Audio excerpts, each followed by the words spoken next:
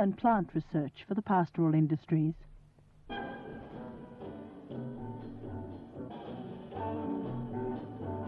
For the temperate zone and for the tropics.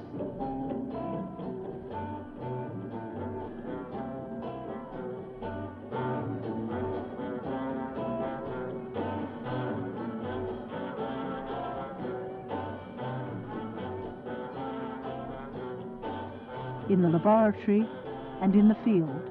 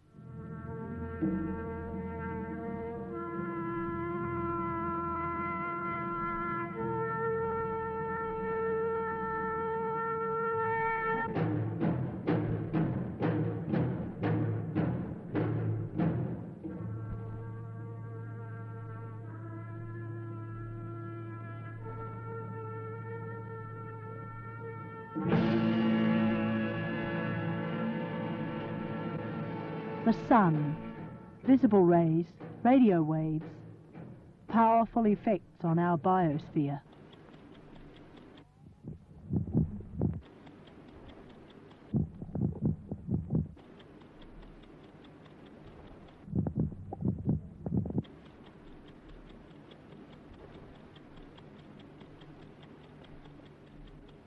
Reliable flammability tests. The Burns Research Unit, with headquarters at the Royal Children's Hospital in Melbourne, sends clothing from all burn cases for CSIRO study.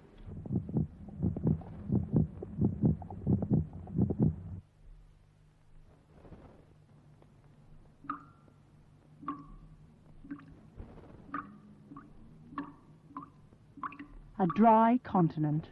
Fresh water is precious. Cleansing of rivers and stored waters will be essential. Close collaboration between science and industry has produced a promising new desalination process for saline waters.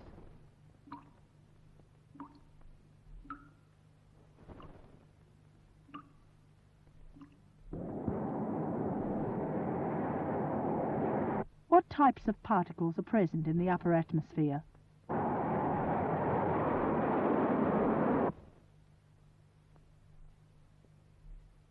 What changes are taking place?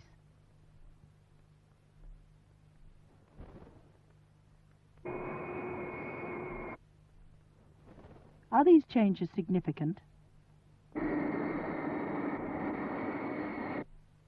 The American U-2 has helped Australian investigations.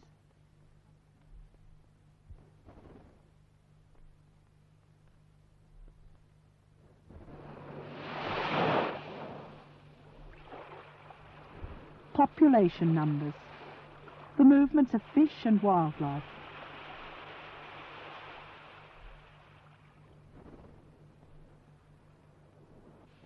Tagging of fish, prawns, lobsters to help our fishing industry, an export earner of growing importance.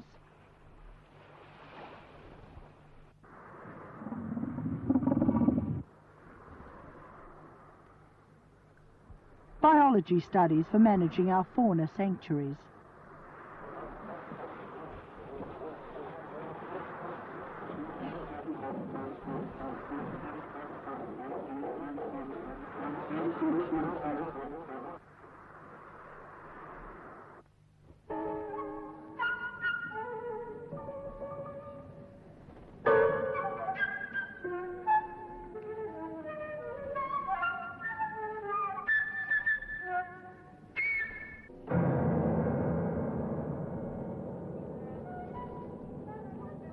Migratory birds could introduce harmful organisms to the country.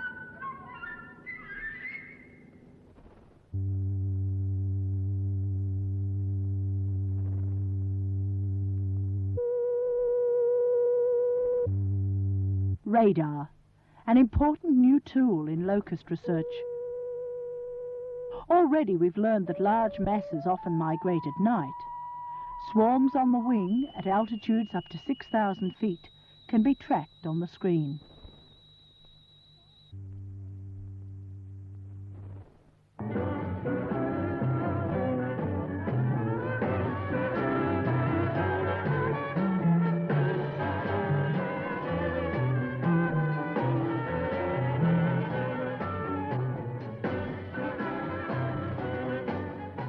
The scientist has been among the first to warn of the dangers of pollution and the need for conservation of resources.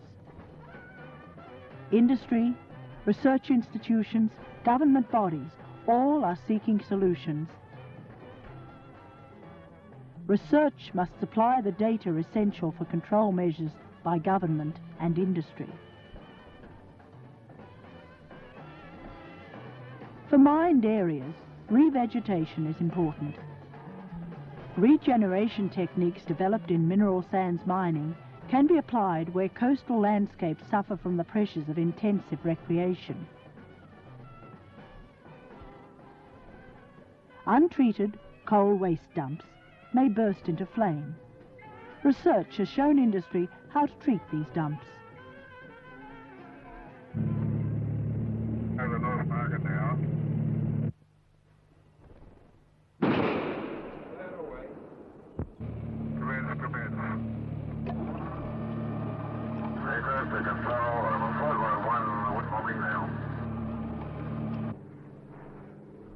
But man can also turn fire to his advantage.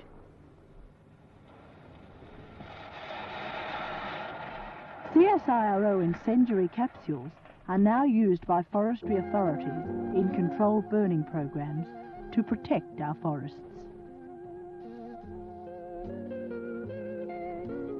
To the north, a quiet revolution is underway. New pasture species, backed by fertilizers.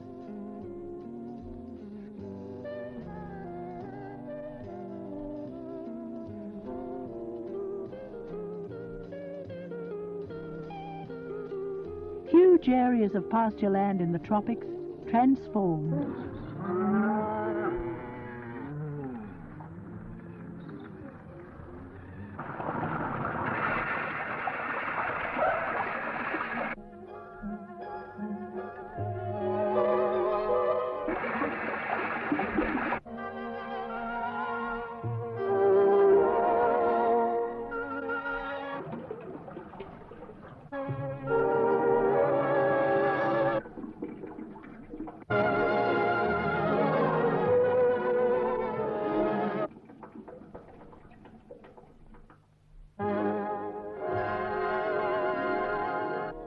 About 30 million tonnes of dung are dropped on our pastures every year.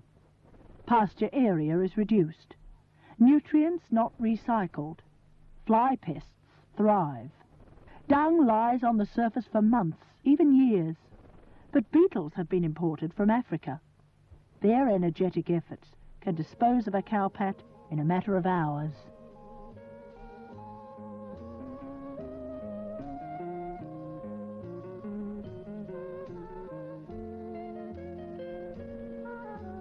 Cattle tick, the most important pest of the cattle industries in the north. State departments and CSIRO study the tick intensively. The tick becomes resistant to every insecticide produced to combat it.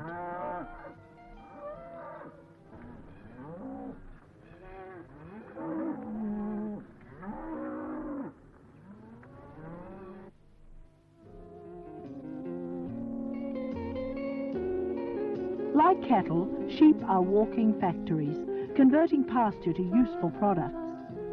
As in any precise assessment of efficiency, inputs and outputs must be measured.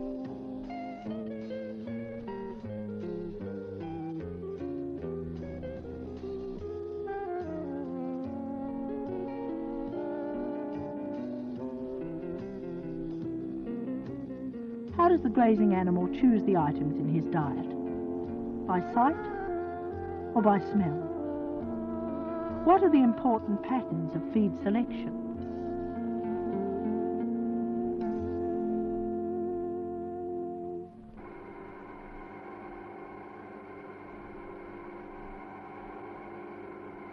Underground sulfide ores, when open to the air, can heat up to high levels. Production falls. At Mount Isa, research found out why and came up with a remedy. Technical troubles. Iron ore pellet production. A loss of 150,000 tonnes a month. The reason? Variations in the ore composition. The solution? Closer control procedures. Atomic absorption spectroscopy. Australia leads the world in the development and its application to industry. In the study of nutrition of plants and animals. We use atomic absorption spectrophotometry in this hospital for measuring the amounts of elements which are normally present in very small amounts in the bodies of infants and children. We used atomic absorption firstly in 1962 to test for iron and copper in wine.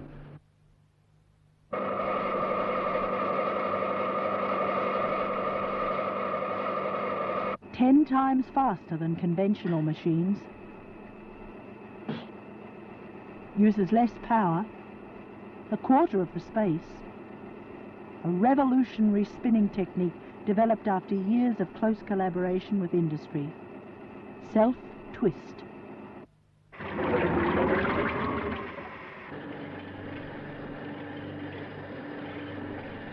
Making cheddar cheese by hand was back-breaking, and labour is expensive.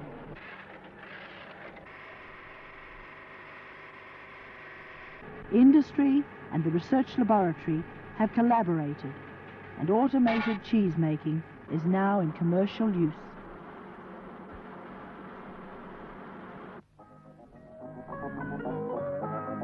Good morning, Robert Peach with AM for Thursday the 16th of March. Tender stretched beef, a new method of hanging a side of beef immediately after slaughter so that the meat is stretched before setting. And to achieve this, the side is simply hung by the H-bone instead of the Achilles tendon. Michael Drake, marketing stretched beef in Australia. The CSIRO are on our doorstep.